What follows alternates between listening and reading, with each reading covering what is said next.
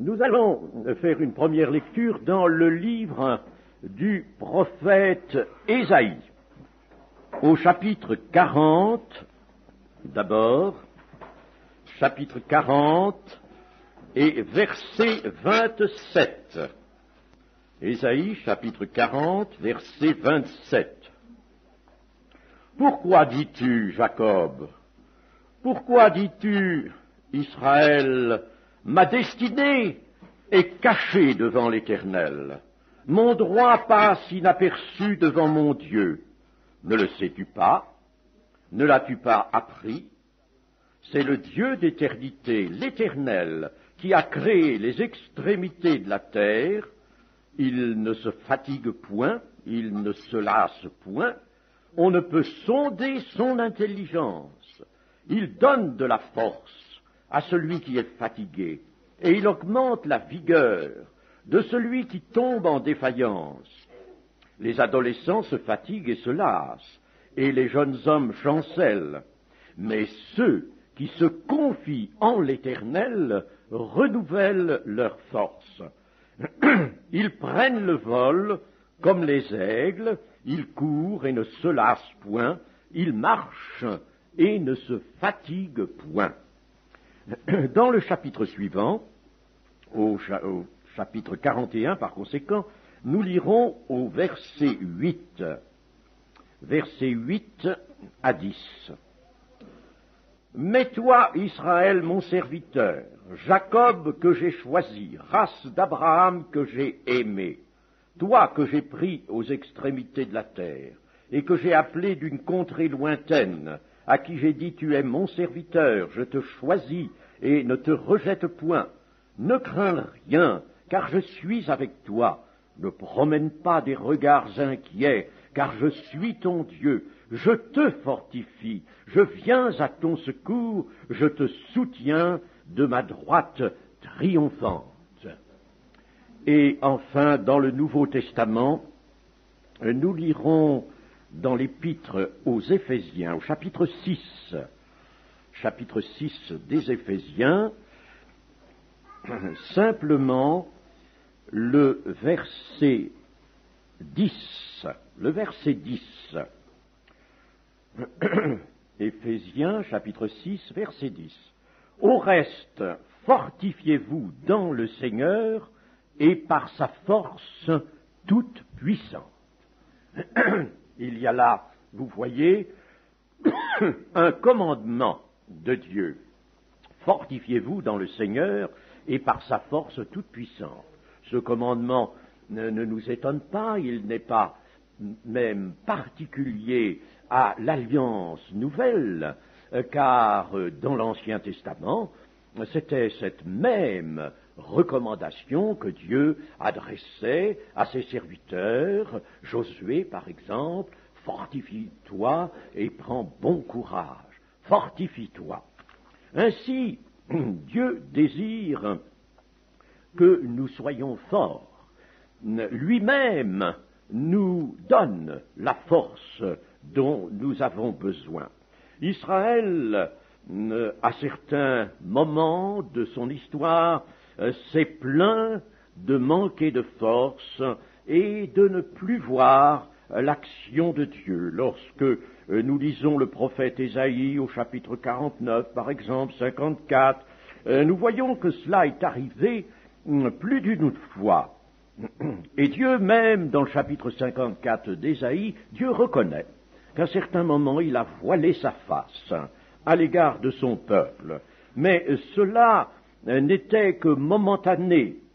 Dieu le dit dans le premier livre de Samuel, il n'entend pas du tout abandonner son peuple. Lorsqu'il voile un instant sa face, ce n'est pas pour abandonner ce peuple qu'il s'est donné lui-même. Mais alors pourquoi cache-t-il sa face à certains moments? Et cela également n'est pas particulier à l'Ancien Testament, inversement de ce que je disais à l'instant, mais cela se retrouve aussi dans la vie de l'Église. Pourquoi donc cache-t-il sa face? Eh bien, la raison en est très apparente. C'est pour stimuler le besoin et le désir de sa présence et de sa puissance. Le Seigneur, vous savez, est un très grand éducateur. Un éducateur qui surveille les progrès, les fluctuations même des sentiments, des possibilités qui sont en ses enfants, aujourd'hui dans les membres de l'Église, c'est-à-dire dans les fils de Dieu, dans les fils du royaume. Et il désire donc stimuler le désir de sa puissance. Il désire même stimuler quelque chose qui, dans l'Ancien Testament, est appelé la soif de Dieu. La soif. Cette soif, le Seigneur l'a mentionné également, que celui qui a soif vienne, je lui donnerai de l'eau de la vie. Que celui qui a soif est désaltéré par Dieu. On ne recherche plus, il faut bien le dire, et cela est un penchant de la nature humaine, on ne recherche plus ce dont on est constamment comblé. Si Dieu, d'une façon absolument uniforme, égale, nous comblait de ce sentiment précieux intérieur de sa présence, de cette puissance dont nous avons tellement besoin pour le servir et pour l'aimer, eh bien, nous oublierions que cela nous vient de Dieu, que cela est une grâce. Il faut donc, à certains moments, le Seigneur se retire un peu pour que nous avancions, nous approchions de lui. Nous sommes invités dans le Nouveau Testament à nous approcher de Dieu. Et puis, alors, cette force qui est particulièrement ici en cause dans les passages du prophète Ésaïe, nous avons lu, cette force que Dieu donne est en effet un facteur essentiel, important de notre position d'enfant de Dieu d'abord, et puis du service que Dieu attend de nous. Vous savez que rien ne se fait sans puissance, ça c'est une loi absolument générale. Rien ne se fait sans énergie, et le Nouveau Testament emploie dans sa langue à lui, la langue grecque, il emploie un terme qui peut se traduire par énergie, c'est le terme dynamis. Le Seigneur est né de la Vierge Marie par l'action de cette puissance, cette dynamis. Il a été ressuscité par cette même puissance. Et nous, qui avons à glorifier le Seigneur, qui devons être ses témoins au regard, aux yeux du monde, pour construire avec le Seigneur, construire son Église, nous avons besoin, certes, de la puissance de Dieu. Dans un psaume, le psaume 68, nous avons ce commandement, ton Dieu ordonne que tu sois puissant. Ton Dieu ordonne. Assez souvent, chers amis, nous nous sentons faibles, très faibles, et nous pouvons un peu confondre cette faiblesse que nous ressentons, faiblesse intérieure, à l'humilité, qui certes nous est indispensable à tout moment, mais attention, il faut être humble, certes, c'est notre place d'être dans l'humilité constamment. Si nous sortons de l'humilité, évidemment, nous ne sommes plus dans la vérité. Pour être dans la vérité, il faut rester humble. Mais attention, dans l'humilité, il nous faut cependant de la force. Ne confondons pas donc la faiblesse, une certaine faiblesse, avec l'humilité dont nous avons un si grand besoin. Les desseins de Dieu ne pourront s'accomplir que par la puissance. Quand l'homme choisi par Dieu participe à l'accomplissement des desseins de Dieu, Dieu le revêt de sa puissance. Le prophète Jérémie pouvait dire ceci: l'Éternel est avec moi comme un héros puissant. L'Éternel est avec moi comme un héros puissant. Il savait donc fort bien que cette puissance qu'il utilisait lui venait de l'Éternel et même de la présence de l'Éternel. Moïse, lui, était puissant en parole et en œuvre. Il était puissant, nous dit le livre des Actes au chapitre 7, dans le prophète Ésaïe au chapitre 53, nous voyons que Dieu dirigea la droite de Moïse par son bras glorieux. La droite, c'est-à-dire l'action de force. Cette action de force de Moïse était donc dirigée par le bras glorieux de Dieu, c'est-à-dire par la force divine. David fut investi de la royauté et il devint alors de plus en plus fort, nous dit le 2e livre de Samuel. Il devint aussi de plus en plus grand, toujours dans ce 2e livre de Samuel, parce que l'Éternel des armées était avec lui. Il nous faut donc disposer de force. Mais de quelle force? Nous venons de le dire, de la force de Dieu, et cela exclusivement. Il faut que la force de l'homme s'écarte. L'apôtre Paul dit bien que c'est dans la faiblesse qu'il est fort. En somme, nous avons toujours ce grand paradoxe de la révélation de Dieu. C'est un paradoxe que nous retrouvons partout. Pour vivre, il faut mourir. Pour être fort, il faut être faible. Pour être élevé, il faut s'abaisser. Et je peux continuer comme ça, n'est-ce pas, longtemps. Dans l'Écriture, nous trouvons ce paradoxe. Et pourquoi ce paradoxe? Parce que ce n'est pas l'homme qui va pourvoir lui-même, à partir de ses propres ressources, à ses besoins, mais Dieu qui va se servir de lui. Il le veut dépouiller, débarrasser de ce qui pourrait glorifier la chair, de ce qui pourrait provenir de lui et qui n'aurait pas la possibilité de l'accomplissement des œuvres de Dieu, et il désire, lui, au contraire, revêtir son serviteur de force. Dans le prophète Zacharie, au chapitre 4 et au verset 6, il y a une précieuse proclamation que je vais lire ici, formulée par la version en français courant. Elle est peut-être plus accessible sous cette forme. Voici ce que Dieu dit par le prophète Zacharie: ce n'est pas par la violence, ni par tes propres forces,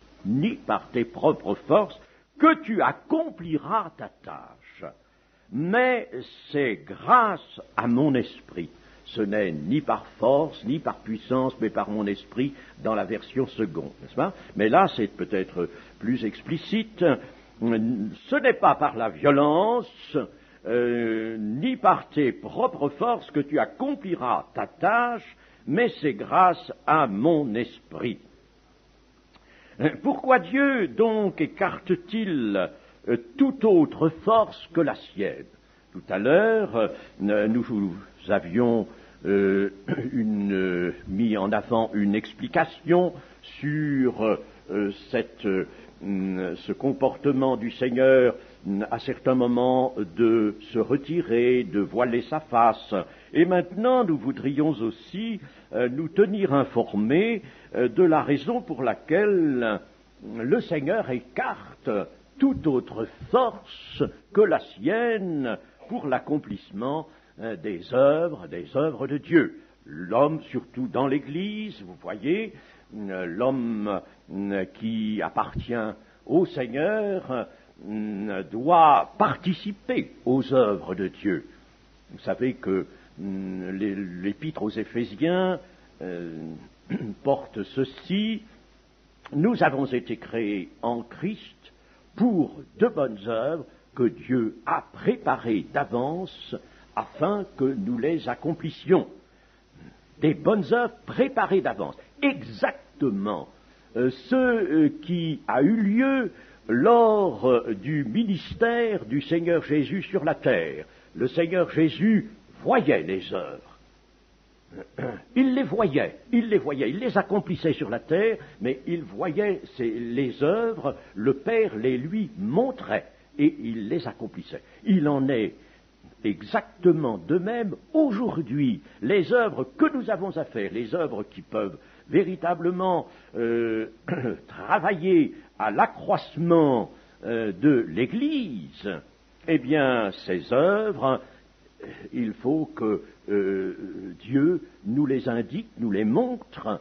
Elles sont préparées par lui, elles ne sont pas de notre conception, et il est indispensable que le Seigneur nous les montre et que nous les accomplissions. Nous avons été créés en Christ, nous sommes devenus fils de Dieu pour cela.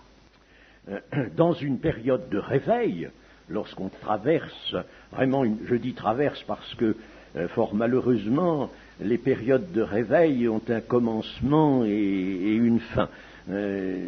L'idéal, et je pense que cet idéal, on pourrait peut-être l'atteindre, c'est que la période de réveil se perpétue, continue et ne cesse jamais.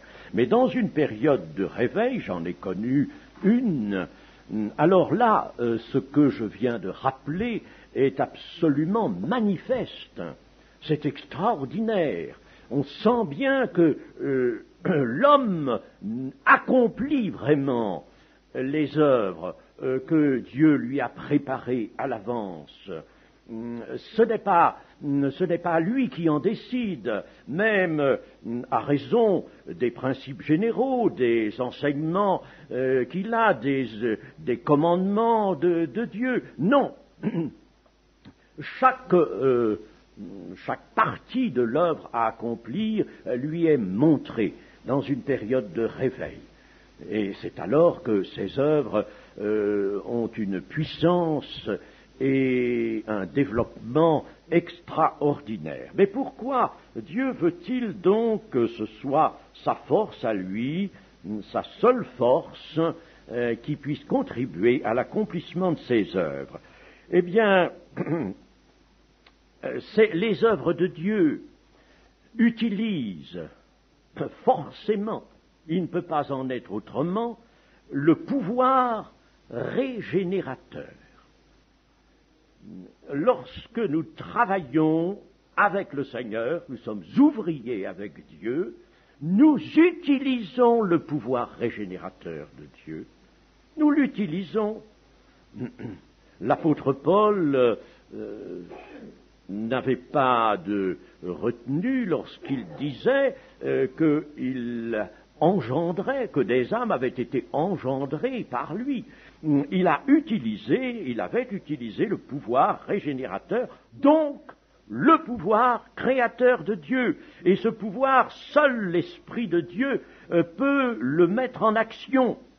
D'autre part, les œuvres de Dieu étant parfaites, Dieu seul doit en rester maître. Et il en reste maître si c'est sa puissance, sa force qui est en nous et que nous utilisons. Alors il y a pour nous toute une éducation à laquelle d'ailleurs nous devons veiller, une éducation. Il faut que nous apprenions nous apprenions à nous servir vraiment de la puissance de Dieu. Cela s'apprend, chers amis. Il faut l'apprendre. Dans l'humilité, bien sûr.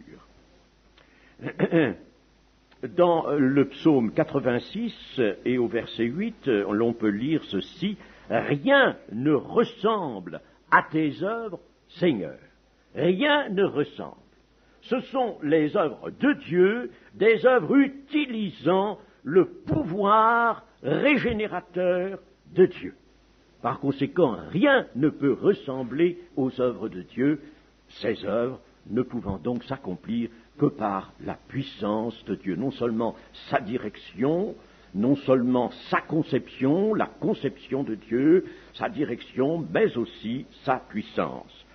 L'homme, d'autre part, s'il prenait force en lui-même, apporterait ce qui est aussi de lui. Il apporterait l'orgueil, il apporterait l'incompétence, et il aurait sujet de se glorifier. Tout cela, Dieu ne le veut pas. Ses œuvres ne seraient pas pures et n'aboutiraient pas. Ce ne seraient pas des œuvres qui demeureraient jusqu'en vie éternelle. Ce seraient des œuvres précaires, éphémère. Dieu ne peut pas vouloir de cela. Il nous est dit aussi dans le Nouveau Testament que Dieu a choisi les choses faibles du monde pour confondre les fortes, les choses qui ne sont pas aux yeux du monde, les choses viles même, les choses viles. Et nous le voyons dans l'Église. Les témoignages personnels que nous entendons nous le montrent bien et nous sommes réjouis de cela. Dieu a choisi les choses faibles du monde pour confondre les fortes. Le Christ lui-même, lorsque il était sur la terre, en son humanité, il a été armé de la force du Saint-Esprit. Lorsque nous lisons par exemple le chapitre 11 d'Ésaïe, nous voyons que le Seigneur était revêtu de différentes forces et qualités. L'Esprit de l'Éternel reposera sur lui, l'esprit de sagesse et d'intelligence, esprit de conseil et de force. Vous savez, dans la sagesse et dans l'intelligence, il y a de la force. L'esprit de connaissance et de crainte de l'Éternel. Il respirera la crainte de l'Éternel.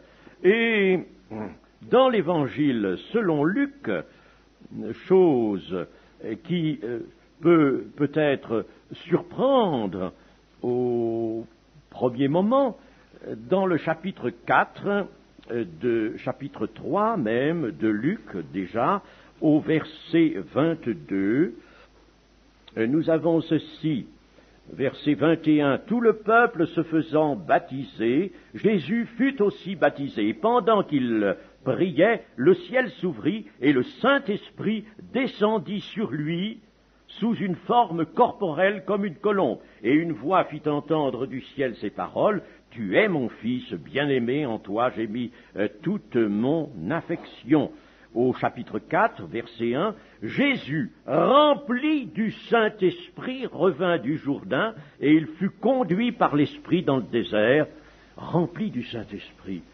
Alors là, vous voyez, ce qui peut nous étonner, c'est que nous savons fort bien que le Seigneur est Fils de l'homme, est Fils de Dieu, et que le Fils de l'homme et le Fils de Dieu sont la parole de Dieu faite chair. Le Seigneur est Dieu, nous connaissons sa divinité. Alors nous nous disons, mais comment la divinité a-t-elle besoin d'être remplie du Saint-Esprit? N'est-elle pas elle-même la source de tout esprit?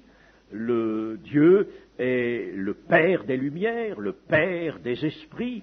Est-ce que l'Esprit n'a-t-il pas précisément toute sa source en Dieu? Mais assurément, l'Esprit, le Saint-Esprit qui vient en nous, et qui nous conduit dans toute la vérité. C'est l'Esprit de Dieu et c'est l'Esprit de Christ. Il est nommé ainsi dans le chapitre 8 des Romains. Alors, Jésus rempli du Saint-Esprit, mais son humanité devait l'être. Il a pris une chair semblable à celle du péché, une humanité telle que la nôtre, non pas une humanité sublime, mais la nôtre, moins le péché, bien entendu. Et cette humanité, c'est elle qui va être utilisée par la puissance de Dieu pour l'accomplissement de la rédemption. La rédemption s'opère par le moyen de l'humanité de Jésus, l'humanité restant en quelque sorte dans l'accomplissement de la mission rédemptrice, restant comme un peu séparé de la divinité, sans l'être absolument. À certains moments, le Seigneur va parler en tant que Dieu, que parole de Dieu. Mais cependant, son œuvre, il va la faire, l'accomplir par le moyen de son humanité. Il est donc, vous le voyez, rempli du Saint-Esprit. Et pour nous, l'Épître aux Éphésiens, je le rappelle souvent, nous donne ce commandement, soyez remplis du Saint-Esprit, mais dans le texte original, il y a une nuance, soyez constamment remplis du Saint-Esprit, soyez constamment remplis. À tout moment, soyez remplis du Saint-Esprit. Saint-Esprit qui est un esprit de force, de sagesse et d'amour. Chers amis, n'oublions pas que nous aimons, nous particulièrement dans notre milieu, nous aimons parler du baptême du Saint-Esprit, de la plénitude du Saint-Esprit. N'oublions jamais que dans cette plénitude, il y a trois choses inséparables. Il y a ce que je viens de nommer, la sagesse, la force et l'amour. Il y a ces trois choses. Ne croyons pas que la puissance du Saint-Esprit en nous est une puissance qui va seulement se traduire par des actes puissants, des actes extraordinaires. Cette puissance va s'utiliser en sagesse, en amour.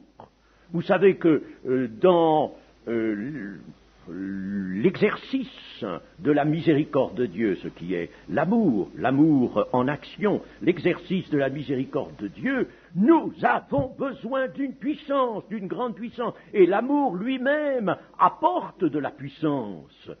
Chers amis, on peut transformer des vies en un instant par la puissance de l'amour. Cette puissance est merveilleuse. Alors, attention, parce que nous avons peut-être tendance à nous imaginer que être rempli du Saint-Esprit, être baptisé du Saint-Esprit, cela veut dire que nous allons pouvoir exercer bien sûr des dons spirituels. Certes, ça vient de cela, mais nous avons tendance à limiter peut-être à cela ou à l'accomplissement de certains actes prodigieux. Certains, c'est par exemple des guérisons. Hein. Mais attention, la puissance du Saint-Esprit va se manifester magnifiquement dans l'amour. L'amour, chers amis, si nous pourrions avoir la foi et toute puissance à laquelle la foi nous permet d'accéder, si nous n'avions pas l'amour, nous ne serions rien, absolument rien du tout. C'est Paul qui le dit dans le chapitre 13 de 1 Corinthiens. Nous ne serions rien. Nous ne pourrions rien faire, même si nous avions la foi jusqu'à transporter des montagnes. Foi magnifique dont a parlé le Seigneur. Si je n'ai pas l'amour, cela ne me sert de rien.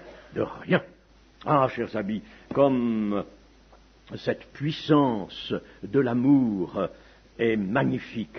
Recherchons-la d'ailleurs, c'est bien ce que nous dit l'apôtre Paul, recherchez avant tout l'amour, la voie par excellence, la voie par excellence. Donc la puissance dont nous avons besoin est une puissance qui va s'exercer dans la sagesse, la sagesse, il y aurait beaucoup à dire, voyez, sur la sagesse.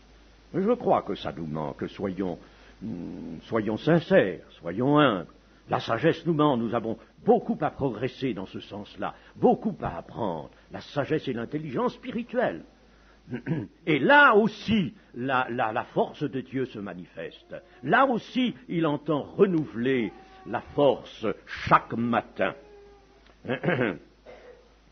Et pour terminer, je soulignerai ce que nous avons trouvé dans le prophète Ésaïe, au chapitre 40 et au verset 31. Mais ceux qui se confient en l'Éternel renouvellent leur force. Ils prennent le vol comme les aigles, ils courent et ne se lassent point, ils marchent et ne se fatiguent point.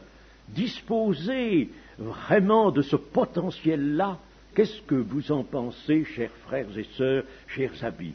Disposez de cela chaque jour, car il est question d'un renouvellement chaque jour. Et nous faisons somme de tout ce qui nous est enseigné par l'Écriture, nous verrons que ce renouvellement est quotidien. D'ailleurs, le jour, c'est le rythme de Dieu pour nous, ça. Jour par jour, le pain quotidien. Il veut renouveler chaque jour ses bontés et chaque jour renouveler en nous les forces nécessaires. Mais ces forces, alors, nous les obtenons vraiment par la foi. Ici, cette confiance dont parle beaucoup l'Ancien Testament, c'est la forme pratique essentielle de la foi. Il nous est nécessaire d'avoir confiance en Dieu. Et vous sentez bien qu'à certains moments, c'est précisément là où nous sommes un peu en difficulté. Ça nous manque, cela. La foi, nous en parlons plus volontiers de façon théorique que nous ne réussissons à la mettre vraiment en action, en pratique. Et cette foi se met essentiellement à l'œuvre dans la confiance en Dieu, confiance en Jésus-Christ. Mettons notre confiance, nous attendons à lui constamment, bien sûr, tout le reste de notre vie étant bien réglé, alors là, nous serons absolument certains de voir s'accomplir ici la promesse de Dieu, car c'est une promesse absolument générale, elle ne concerne pas qu'Israël, une promesse générale pour tout le peuple de Dieu, pour toute la postérité, appelons-la ainsi, la postérité d'Abraham, puisque dans l'Épître aux Hébreux, elle est ainsi désignée. Et c'est bien parce que ça comprend aussi bien Israël que maintenant le peuple de l'Église. Ceux qui se confient en l'Éternel renouvellent leur force. Chers amis, dirigeons donc notre recherche de ce côté-là. Nous qui avons à rechercher le royaume et la justice de Dieu, qui avons à rechercher la face de Dieu, à rechercher l'amour,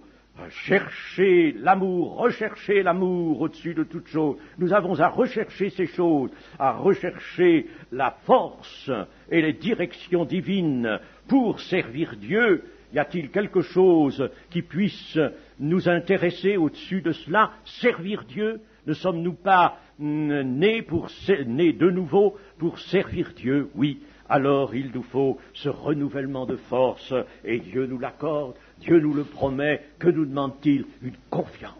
Une confiance qui ne sera pas arrêtée par des considérations humaines, par des craintes, rien, une pleine confiance en Dieu. Voulez-vous ce matin que nous prenions cet engagement, comme tout à nouveau, de donner à Dieu toute la confiance de notre cœur? Amen. Amen. Oui, Seigneur, notre Dieu, notre bon Père céleste, tu veux que nous soyons puissants, et nous le désirons aussi de tout notre cœur, de toutes nos forces, Seigneur. Oui, nous avons besoin que tu nous renouvelles chaque jour dans ce potentiel de l'amour, de la sagesse, et nous avons besoin, Seigneur, de ta direction. Tout cela, Seigneur, nous voulons les attendre de toi. Apprends-nous, Seigneur, à pouvoir nous confier pleinement, bien plus encore, en ta bonté, en ta fidélité. Au nom de Jésus, Amen.